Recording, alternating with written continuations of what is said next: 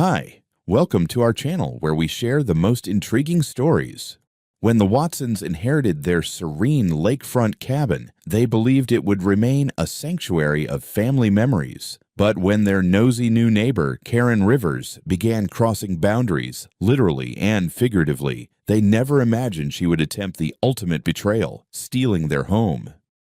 The Watson family cherished their lakefront property nestled along the serene waters of Emerald Lake in North Carolina. This rustic cabin, a testament to 3 generations of tradition, was more than just a vacation spot. It was the heart of the family's history. Built in the 1940s by John Watson's grandfather, the 2-bedroom cabin boasted charm that modern houses couldn't replicate. With its weathered wooden beams, creaking floors, and a large porch overlooking the sparkling lake, the property exuded a timeless warmth that made it irreplaceable. For John Watson, a 42-year-old software engineer, the cabin was a sacred retreat. His job often consumed his weekdays, leaving little time to unwind. But every summer, he, his wife Emily, and their 5-year-old son Michael made the 90-minute drive from their bustling suburban neighborhood to this tranquil haven. Here, the family spent days fishing from their private dock, paddling kayaks on the calm lake, and sitting by crackling evening fires as the stars painted the night sky. The cabin sat on a generous plot of land, surrounded by towering pines and thick woods, giving the family privacy.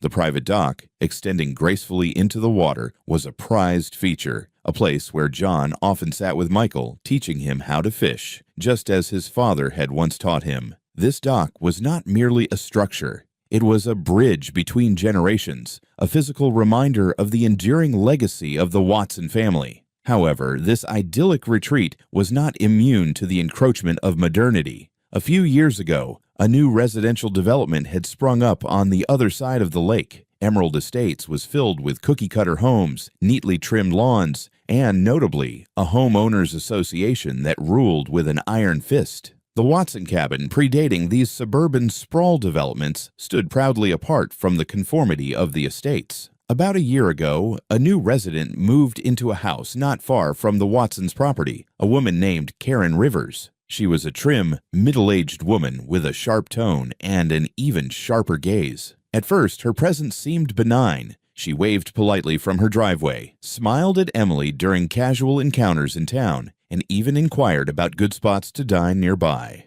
But subtle hints of entitlement began to surface.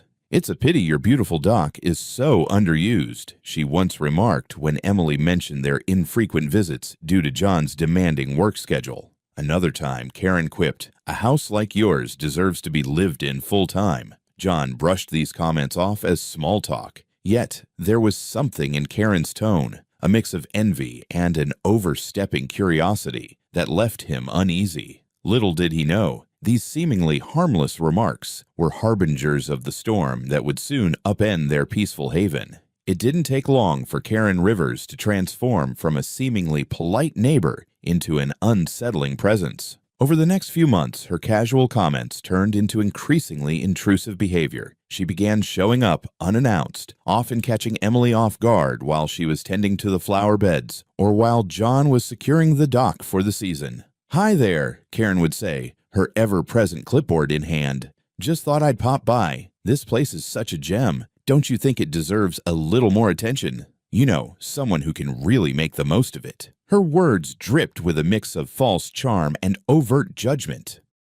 The intrusions didn't stop at unsolicited visits. Karen made a habit of lingering by their dock, often sitting on the edge with a coffee mug in hand, as if she owned the place. John and Emily, hoping to avoid unnecessary conflict, initially tried to ignore her behavior, though it was hard to miss her watching their every move. One day, Karen crossed an unspoken line. While the Watsons were enjoying a peaceful lunch on the porch, they spotted her leading 2 strangers across their property, pointing out the dock and the view like a realtor giving a tour. John walked down to confront her, his tone firm but measured. "Karen, what's going on here?" he asked, gesturing to the 2 people standing awkwardly by the water. "Oh, John," Karen replied, her smile unshaken. "These are some friends of mine. They've just moved into Emerald Estates and were curious about the lake access. I thought I'd show them how lovely your property is." "This is private property," John said, his patience thinning. You can't just bring people here without our permission." Karen waved a dismissive hand. "Oh, don't be so uptight. We're all neighbors here. It's not like I'm doing any harm." The tension simmered as Karen's intrusions became bolder. She began dropping remarks that hinted at more than just casual interest in the property. "It's such a shame this dock isn't used more often," she said one afternoon, standing too close for comfort. "Imagine all the memories someone could make here year-round. If you ever decide to sell, I'd be happy to take it off your hands." John responded tersely, "This house isn't for sale, Karen. It's been in my family for generations." Karen's expression darkened, though she quickly masked it with a saccharine smile. "Well, if you ever change your mind, you know where to find me."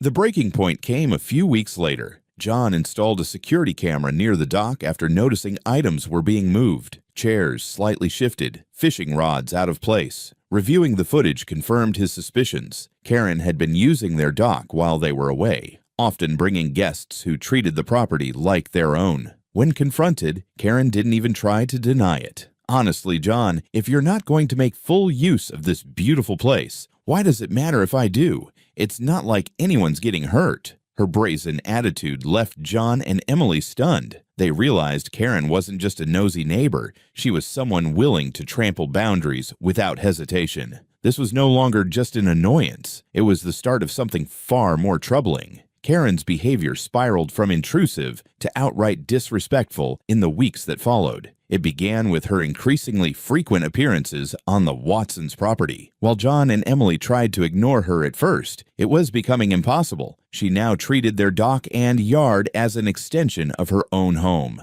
often lounging with a book or bringing over what she called small gatherings. One Saturday morning, as John and Michael prepared their boat for a day on the lake, they found Karen sitting in one of their Adirondack chairs on the dock, chatting animatedly with two of her friends. The trio had brought a picnic basket and were helping themselves to wine and sandwiches, completely unbothered by the Watsons' presence. "Karen," John said firmly, his patience finally snapping. "This isn't a public space. You can't just waltz onto our property like this." Karen barely glanced up, waving her hand dismissively. "Oh, John, don't make such a fuss. We're neighbors. Neighbors share, don't they? It's such a lovely spot. It's a shame not to enjoy it." John was livid, but he knew arguing wouldn't help. Instead, he escorted Michael back inside and decided it was time to escalate matters. He filed a formal complaint with local authorities, detailing Karen's repeated trespassing and her blatant disregard for their warnings. Karen's response was as audacious as ever. 2 days later, Emily found flyers taped to mailboxes around the neighborhood. The flyers accused the Watsons of hoarding valuable lakefront access and being uncooperative neighbors. Karen had even started spreading rumors that John had verbally agreed to let her use the dock, an outright lie. But Karen wasn't content to stop at slander. One afternoon, while the Watsons were running errands, their security cameras captured Karen hosting what appeared to be a full-blown barbecue on their dock. Strangers roamed their yard, kids splashed in the water, and chairs were dragged across the lawn. When John confronted her the next day with video evidence, Karen didn't flinch. Instead, she doubled down. "You're making such a big deal out of nothing," she said. "If you're so territorial about the dock, maybe you shouldn't have left it unused for weeks at a time. Honestly, it's selfish." Her blatant entitlement and refusal to respect boundaries infuriated John and Emily. It was now clear that Karen wasn't just being thoughtless. She was deliberately pushing limits, testing how far she could go. John decided to send Karen a formal cease and desist letter through a lawyer, hoping it would put an end to her antics. But Karen wasn't intimidated. Instead, she seemed emboldened, making cryptic remarks like, "We'll see who really has the rights to this place soon enough." The Watsons could no longer dismiss her as a nuisance. Karen was becoming a genuine threat to their peace, and perhaps even their property itself. After a long 2-month absence, the Watsons eagerly returned to their lake house, anticipating a quiet weekend surrounded by nature. As they approached the driveway, something immediately felt wrong. The usually serene property was anything but tranquil. Cars lined the gravel road leading to the cabin, SUVs, sedans, and even a convertible. From a distance, they could see lights blazing inside the house and hear faint music. John parked the car at the edge of the property, his brow furrowing. "Stay here," he told Emily and Michael, but Emily, clutching her phone, shook her head. I'm coming with you, she insisted. As they walked closer, the scene became clearer. Strangers mingled outside, chatting loudly with drinks in hand. Some leaned against their porch railing, while others laughed by the fire pit that John himself had built. It looked like a full-blown party. "What the hell is going on?" John muttered. Emily had already started recording on her phone. "This isn't just trespassing," she whispered. "This is insane." John didn't wait. He pushed past the guests, who barely acknowledged him, and opened the front door. Inside, more people were gathered, some dancing, others sitting casually on their furniture as if it were their own. Plates of food and empty bottles cluttered the countertops. And there, standing by the window with a wine glass in hand, was Karen Rivers. For a moment, she didn't notice them. She was mid-conversation, gesturing grandly to a group of friends. But when she caught sight of John and Emily, her face froze. Panic flickered in her eyes, but she quickly masked it with a forced smile. "Oh, John, Emily, I didn't expect you back so soon," Karen said, her voice unnervingly cheerful. John's anger flared. "What the hell are you doing in my house, Karen?" Karen stiffened, but her smile didn't waver. "Your house?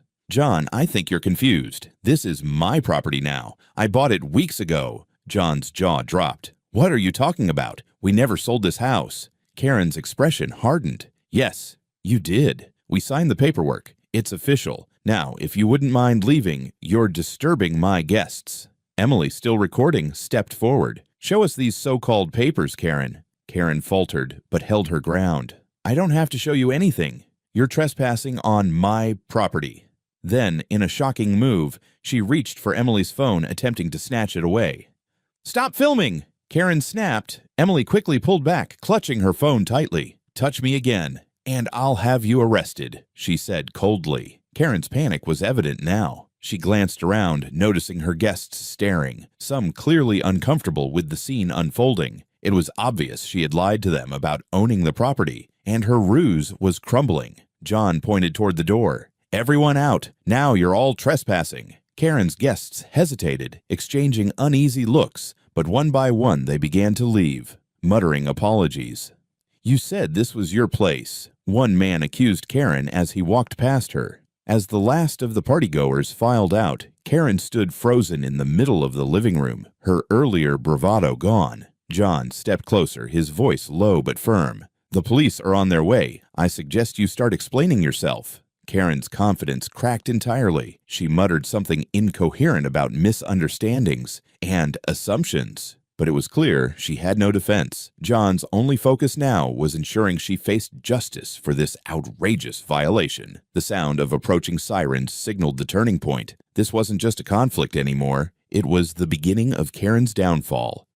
As the flashing red and blue lights illuminated the Watsons' once peaceful lakefront property, the tension reached its peak. 2 patrol cars pulled into the driveway, their tires crunching over the gravel. John stood at the front door, his arms crossed, while Emily continued recording from the porch. Inside, Karen remained frozen in place, her face pale under the warm glow of the house's lighting. 2 officers stepped out, one older with a stern expression, and the other younger, surveying the scene with a mixture of curiosity and caution. The senior officer, badge reading Lieutenant Reynolds, approached John. "We received a call about a disturbance and possible trespassing. Can you explain what's going on here, sir?" Reynolds asked. "Absolutely," John replied, gesturing toward Karen. "This woman broke into our home through a party and is now claiming she owns the property. I have proof that this house belongs to me." Karen immediately stepped forward, her voice shrill. "That's not true. I bought this house weeks ago. These people are trespassing on my property, and I want them removed." Lieutenant Reynolds raised an eyebrow and turned to John. "Do you have any documentation to support your claim, sir?" "Of course," John said, pulling a folder from his bag. Inside were copies of the deed, property tax records, and even video footage from their security cameras showing Karen hosting unauthorized gatherings on their dock in prior weeks. Meanwhile, the younger officer, observing Karen's increasingly defensive body language, asked, "Ma'am, do you have any proof of ownership? A deed? A bill of sale? Anything?" Karen hesitated, her eyes darting toward her purse. She produced a set of papers with a triumphant flourish. "Here's the signed agreement," she declared, handing them over. Reynolds took one glance at the documents and frowned. The notary stamp was uneven and pixelated, the signatures mismatched, and the formatting blatantly incorrect. He exchanged a look with his partner before turning back to Karen. "Ma'am, these documents are clearly forged. Where did you get these?" Reynolds asked, his tone sharpening. Karen's mask of confidence crumbled further. I don't know what you're talking about. I paid for this house in cash." "It's mine," she shouted, her voice tinged with desperation. John, his frustration barely contained, stepped forward. "Officer, this is ridiculous. She's been harassing us for months. First, she was trespassing on our dock, and now she's broken into our home and is lying about owning it. Check the locks. She's even tried to change them." Reynolds nodded to his partner, who went to inspect the locks. Moments later, he returned, holding up tools and spare locks left on the counter. "Looks like someone was in the middle of changing them," he confirmed. Emily chimed in, playing back her phone recording of Karen trying to snatch her device and demanding they leave. "And here's her on video trying to assault me and lie about owning the house." Karen, realizing the mounting evidence against her, snapped. "You're all against me. I've done nothing wrong. This house should be mine. It's wasted on them. They're never here, and I've made better use of it than they ever have." Her outburst hung in the air, the officers silently exchanging glances. Reynolds finally spoke. "Ma'am, you're under arrest for criminal trespassing, attempted fraud, and providing false documents. Put your hands behind your back." "No, you can't do this," Karen screamed, struggling as the officers cuffed her. "This isn't fair. They don't deserve this house." As Karen was led to the patrol car, she continued shouting incoherent justifications, her voice fading as the car doors slammed shut. John and Emily stood on the porch, a mix of relief and exhaustion washing over them. Reynolds approached one last time. "We'll need you to come down to the station to file a full report. Based on what we've seen tonight, this isn't her first time pulling a stunt like this. We'll dig into her history." "Thank you, Lieutenant," John said, his voice firm but grateful. "I just want to make sure this never happens again." With Karen gone and the officers wrapping up their investigation, John and Emily finally walked back into their home. It no longer felt invaded. It felt reclaimed. The battle was far from over, but they had taken the first crucial step in holding Karen accountable for her audacity and deceit.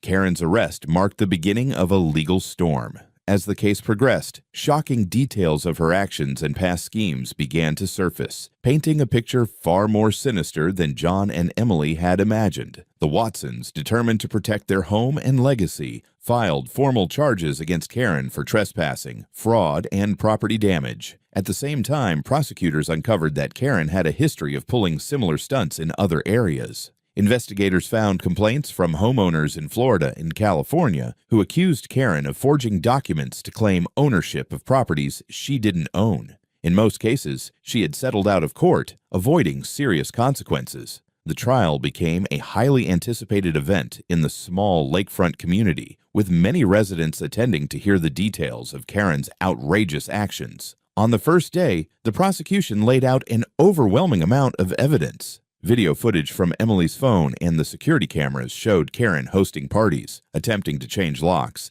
and boldly claiming ownership of the property. The fake documents Karen had presented to the police were scrutinized by forensic experts who testified that the signatures were forged, and the notary stamp was a poorly executed counterfeit. Adding to her downfall, several of Karen's party guests testified against her, admitting that she had lied to them about owning the house. Karen's defense attorney tried to argue that she genuinely believed she had purchased the property and that her actions stemmed from a misunderstanding. But her defiance during the arrest and her history of similar incidents in other states left little room for doubt about her intent. When it was John's turn to testify, he recounted the months of harassment and trespassing, emphasizing the emotional toll Karen's actions had taken on his family. "This isn't just about property," John told the court. "It's about protecting our home, our sanctuary, from someone who thought they could take what wasn't theirs simply because they wanted it." The jury deliberated for less than a day. Their verdict was unanimous. Karen was found guilty on all counts, including criminal trespassing, attempted fraud, and providing false documentation.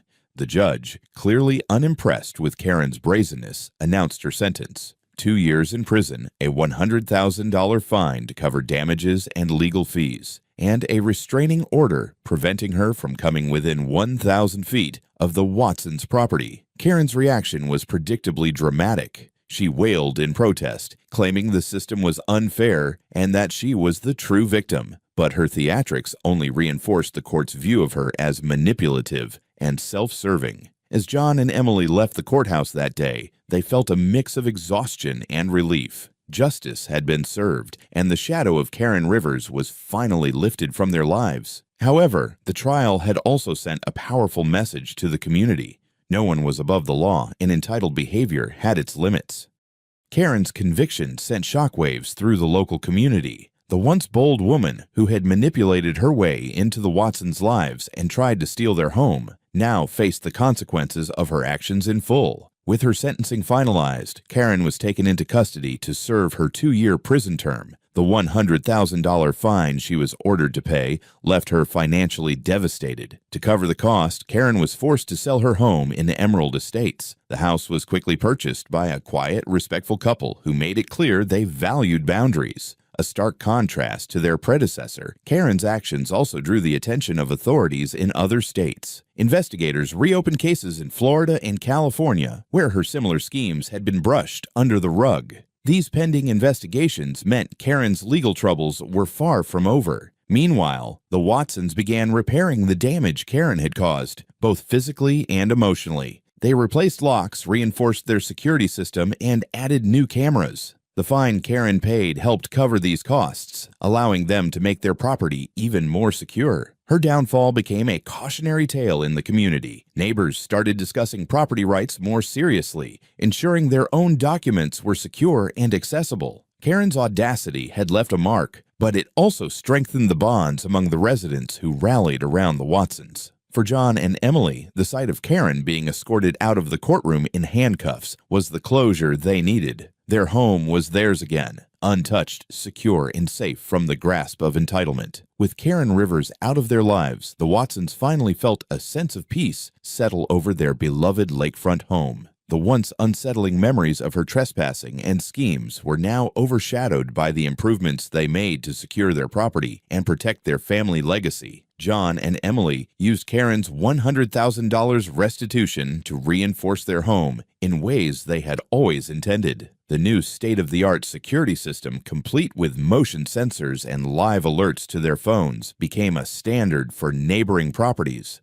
They also installed reinforced doors and updated their dock with a more durable design, ensuring it could withstand both the elements and any future intruders. The trial left a lasting impact on the community. The Watson story circulated throughout Emerald Lake, serving as a reminder of the importance of property rights and the need for vigilance against entitlement and fraud. Real estate agents began advising clients to safeguard their property documents, and many neighbors took steps to establish stronger security measures. Beyond physical security, the experience transformed the Watsons' relationship with their neighbors. Once distant, the lakefront community grew closer, organizing regular gatherings and creating a neighborhood watch program to ensure no one else would fall victim to similar schemes. The Watsons even became friends with the new owners of Karen's former home, who joined in their annual lake cookouts and shared their appreciation for the beauty of the area. For John, the experience was a harsh but valuable lesson. Standing your ground isn't just about protecting what's yours, he reflected one evening, sitting with Emily on the porch as Michael played near the dock. It's about showing people that no matter how bold or entitled someone is, they can't just take what doesn't belong to them. The legacy of their home felt stronger than ever. The cabin wasn't just a retreat anymore. It was a symbol of resilience, family unity, and justice. Old family photos now hung in the living room, chronicling the cabin's history and the love that had sustained it for generations. As for Karen, her name faded from local conversations. Once a disruptive force, she had become nothing more than a cautionary tale. Her probation officer confirmed she had relocated to another state after her release, unable to return to the area due to the restraining order. One summer evening, as the Watsons enjoyed a sunset over Emerald Lake, John raised a glass with Emily. To family, resilience, and a future without Karen's, he joked. They both laughed, the sound carrying softly over the calm water. The ordeal had tested their patience and resolve, But in the end, it had strengthened their bond with their home and community. The cabin stood tall, a testament to their determination to protect what truly mattered.